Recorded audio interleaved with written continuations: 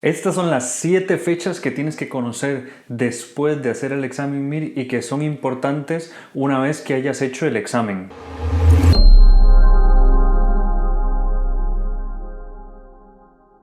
Hola, ¿qué tal? ¿Cómo estás? Soy Daniel. Si aún no me conoces, yo soy el creador de Hablando del MIR y aquí en este canal te ayudo a hacer una realidad tu sueño de ser médico especialista, especialmente si decides hacer la residencia aquí en España. Así que si esto es algo que te puede interesar, no olvides dejarme un like en este video, seguirme y activar la campanita de las notificaciones para que YouTube te avise cuando salgan videos como este todas las semanas y para que sepas de todo el contenido que voy lanzando semana a semana en este canal, así como en mis otras redes sociales también. Ok, esta parte es súper importante porque se habla poco de ello y lo poco que se habla, que otras personas comentan sobre las diferentes fechas importantes después del examen, se habla muy por encima y no hay realmente un paso a paso de qué es lo que ocurre después de que haces el examen, porque por lo menos en este canal intento ayudarles mucho a que ustedes se formen para el examen, que se informen sobre cómo es la residencia en España para que decidan venir y hacer la residencia aquí en el país. O también si quieren hacer la residencia en cualquier otra parte del mundo, pero específicamente después de que haces el examen MIR, ya pues qué es lo que pasa, ¿verdad? Hay muchas dudas sobre qué es lo que pasa después del examen, cuáles son las fechas importantes, qué ocurre una vez que el ministerio nos da las plantillas de respuestas y qué pasa después de que vas a elegir en ese periodo que hay entre que eliges la plaza y que empiezas la especialidad. Entonces todo eso te voy a comentar en este video, así que quédate hasta el final para saber cuáles son esas 7 fechas imprescindibles que tienes que conocer, y esto especialmente es muy importante también para todos, pero específicamente para los extranjeros, porque hay unas fechas importantes que tienes que tomar en cuenta si tienes que volver a tu país para terminar de arreglar tus papeles para poder venir y empezar la residencia aquí en el país. Bien, entonces antes de pasar con la primera fecha importante, recuerda que ya en este momento has hecho el examen MIR, ya te preparaste para el examen, presentaste el examen, pasó todo ese estrés y ahora vienen esas fechas que te voy a comentar en este video. Esto es todo lo que pasa después de haber hecho el examen MIR. Bien, la primera fecha importante es la exhibición de la plantilla de respuestas correctas. Esto habitualmente siempre ha sido de la siguiente manera, que el ministerio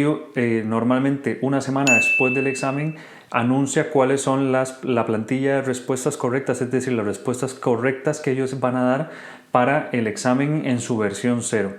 Habitualmente lo que pasaba antes de la época del COVID es que las academias después del examen, como tú te podías llevar el manual, el cuadernillo de preguntas, hacían las preguntas del examen, hacían el examen como tal y luego ellos subían en sus plataformas su plantilla de respuestas para que tú la pudieras responder y con eso darte una idea general de cómo te va a ir en el examen, ya que las academias revisan los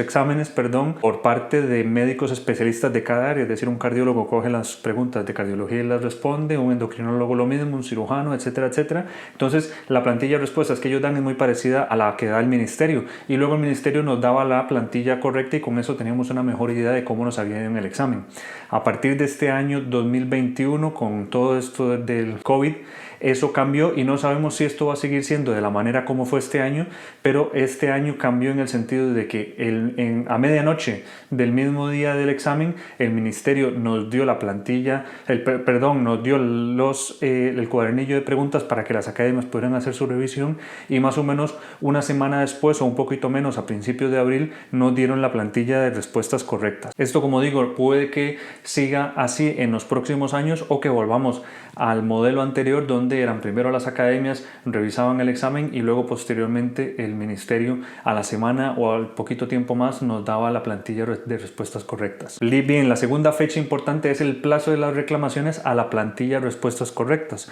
Una vez que el ministerio nos da su plantilla de respuestas correctas, siempre nos dan 3 días hábiles para poder hacer reclamaciones a las preguntas que ellos han dado como correctas. Entonces, si hay alguna pregunta o varias que probablemente ocurrirá que hayas fallado según la plantilla del ministerio y tú crees que la respuesta que marcaste es la correcta, tienes estos 3 días para enviar todas tus reclamaciones al ministerio para que ellos revisen las reclamaciones de todos los opositores y con ellos, si hay algún error a la hora de redactar una pregunta o simplemente que se equivocaron y marcaron como correcta una que realmente realmente no era la correcta, ellos la cambian a la respuesta que debe ser la correcta, o si hay suficiente justificación por parte de los opositores para cambiar una respuesta, también se puede cambiar, y en algunos casos también se puede anular una pregunta, y es aquí donde entran a jugar esas preguntas que siempre comentamos, que son las preguntas de reserva, donde entonces si se anula una de las preguntas, cualquiera, la 51 por ejemplo, entonces en ese caso van a pasar a evaluar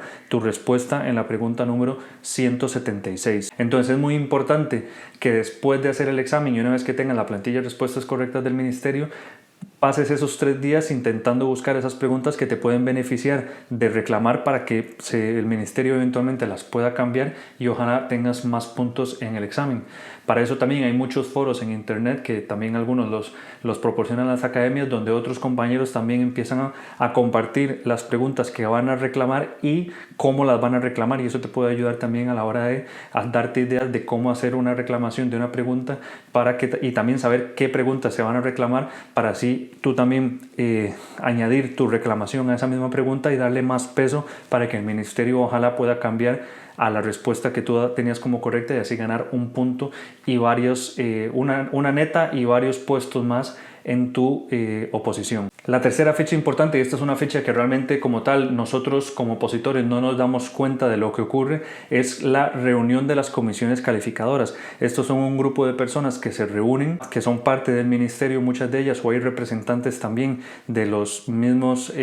opositores del MIR, que se reúnen a revisar todas esas preguntas que fueron reclamadas. Si te digo la verdad, yo no sé realmente cómo funciona esto a nivel técnico o a nivel del sistema, porque no me imagino al ministerio revisando todas las reclamaciones de las 14.000 o 13.000 personas que mandan. Imagínate que cada una mande 3 o 4 preguntas, son muchísimas reclamaciones, pero bueno, yo creo que es acertado pensar que es muy probable que muchas de las preguntas que ellos realmente lleven a esta comisión de calificaciones para revisar y ver si hay que cambiar la respuesta o anularla, son aquellas preguntas que más opositores han reclamado. Es decir, entre más personas reclamen una misma pregunta, para mí tiene sentido pensar que entonces es una pregunta que deberían revisar, porque hay muchas más personas que la han fallado y por ende debe haber algo que el ministerio debería revisar bien para cambiar esa respuesta o anularla. Sin embargo, no te sabría decir honestamente cómo funciona esto a nivel interno. Si alguien lo sabe, sería buenísimo que nos lo deje en los comentarios, pero la cuestión es que en esta reunión de las comisiones calificadoras lo que hacen es revisar las preguntas que se reclamaron, y con ello pues ya emiten cuáles son las preguntas que se van a anular, si van a haber preguntas a las que se va a cambiar la respuesta, y todo eso después nos lo anuncian, y con ello ya vas a saber si vas a tener más respuestas correctas, o incluso podrías tener alguna pregunta que antes estaba correcta que la cambien y ahora la falles, y eso también puede ocurrir, y con eso pues ya tienes una idea mucho más exacta de cuál es el número de orden que vas a obtener. Luego, la cuarta fecha importante es la exhibición de las relaciones provisionales del examen, es decir, una vez pasado las reclamaciones y con la plantilla, digamos, ya oficial del Ministerio de Respuestas Correctas, junto con el baremo académico que tuviste en el examen, te van a decir en qué número de orden con respecto al resto de opositores te encuentras. Es decir, toman en cuenta la nota que tuviste en el examen, tu baremo académico, y eso, como lo he dicho en otras ocasiones y también lo hablo mucho dentro de mi curso que se llama Conviértete en Residente en España, te explico que realmente el análisis y el cálculo de tu número de orden está basado también en un cálculo matemático que utiliza el ministerio, donde toma en cuenta la media aritmética de las 10 mejores notas del examen y los 10 mejores baremos académicos, y con eso pues coloca a las personas un ranking, siendo que el número 1 lógicamente del examen es el que tiene la mejor nota en el examen, el número 2 la segunda, etcétera, y así sucesivamente hasta llegar a tu puesto. Y en esta fecha es cuando te van a decir el número de orden en el que te encuentras, y si eres extracomunitario también te van a decir el número de orden en el que te encuentras dentro del cupo de extracomunitarios. Esta es una relación provisional porque todavía estás a tiempo de hacer cualquier reclamación si se te ha calificado alguna pregunta de forma equivocada, o si por ejemplo notas que hay algún error a la hora de calcular tu baremo. Todavía en esta parte tienes tiempo para hacer cualquier reclamación en este sentido, y entonces después pasamos a la quinta fecha importante, que es cuando, después de que el ministerio recibe cualquier reclamación de este tipo, se emiten las relaciones definitivas de los resultados del examen. Es decir, aquí ya esa nota que te dan es la nota final que tuviste, es tu número de orden definitivo, tanto número de orden general como número de orden de extracomunitario, si estás afectado por este cupo. Es en este momento donde, por ejemplo, los extracomunitarios ya nos podemos dar una idea real de nuestra situación, dado que, como te van a decir el número de extracomunitario en el que te encuentras, el número de orden dentro del cupo de extracomunitarios, ya vas a saber si vas a poder elegir una plaza o no, porque como sabes, si el cupo extracomunitario está limitado al 4% de las plazas, si sabes que hay 300 plazas para extracomunitarios en tu año y en el informe que te da el Ministerio de Sanidad dice que tú estás en el puesto de extracomunitarios número 120, pues ya sabes que vas a poder elegir plaza. Lógicamente, eso dependiendo del número de orden que tengas tendrás más o menos opciones, pero sabes que como extracomunitario tienes la opción de poder elegir. Sin embargo, si tienes ese mismo número de orden, pero en el cupo de extracomunitarios te dicen que estás, por ejemplo, en el puesto número 350, sabes que no vas a poder elegir plaza porque quedas fuera de ese cupo de extracomunitarios. De todo esto hablo dentro de mi curso llamado Conviértete en Residente en España, en el cual te voy a dejar un link debajo de este video para que te puedas apuntar si te interesa, donde te cuento todo, absolutamente todo lo que tienes que saber sobre el proceso para el examen MIR, cómo es el examen y toda la parte de la residencia en España, incluyendo tu futuro profesional cuando acabas la residencia en este país. Entonces te lo recomiendo muchísimo, tienes el link debajo de este video. Con eso ya vas a saber si puedes elegir plaza o no. Entonces, si por ejemplo tienes la posibilidad de elegir plaza, ya puedes ir pensando también en la plaza que vas a elegir y también si necesitas, según tu situación migratoria, si necesitas volver a tu país para arreglar tus papeles para poder conseguir la visa de estudio para venir y empezar la residencia, porque eso va a ser parte importante en una de las siguientes fechas que te voy a comentar a continuación. Bien, la sexta fecha es la más importante de todas, porque es la más emocionante realmente, y es el acto de asignación de plazas. Básicamente en este momento, también cuando te den la relación definitiva, o sea tu número de orden definitivo, te van a decir también el día y la hora exacta en la cual tienes que elegir plaza. En otros años diferentes a este año 2021, esto significaba que te daban la fecha y la hora en la que tenías que ir al Ministerio de Sanidad en Madrid y elegir la plaza que querías. O sea, en esa fecha, habitualmente en grupos de 300 personas íbamos al ministerio y uno a uno, según nuestro número de orden, íbamos pasando a la mesa con un funcionario del ministerio y le decíamos la plaza, es decir, el hospital y la especialidad que queríamos elegir, y si esa plaza estaba disponible, le dabas un clic a un enter y esa plaza era tuya. Otros años, por ejemplo el año pasado, en el año 2020 y este año 2021, parece ser que va a ser obligatorio hacer esta misma elección de plazas pero de forma telemática, con lo cual este año lo que va a significar es que ese día es cuando el sistema del ministerio va a ver la lista que tú le has enviado al ministerio sobre las plazas que quieres elegir según tus prioridades, y según las plazas que hayan en el momento en que tú tengas que elegir, pues eso el sistema va a ver cuáles son las plazas que tú tenías en tu lista versus las plazas que hay, y la primera plaza disponible de tu lista que quede disponible cuando te toque elegir plaza es la que el ministerio te va a asignar. Esto es algo que es, digo, de este año 2021 es obligatorio, va a ser la única manera en que se va a poder elegir plaza. Sin embargo, no sabemos si en los próximos años esto va a seguir así, aunque yo creo que muy probablemente va a volver a un sistema mixto donde tengas la oportunidad de ir al Ministerio de Sanidad si quieres, o bien hacer la elección telemática. Y como digo, este es el momento y la fecha más importante y más emocionante de todas, porque después de ese día o ese mismo día en la tarde o después en la mañana, en el momento en que vayas a elegir, ya vas a saber la plaza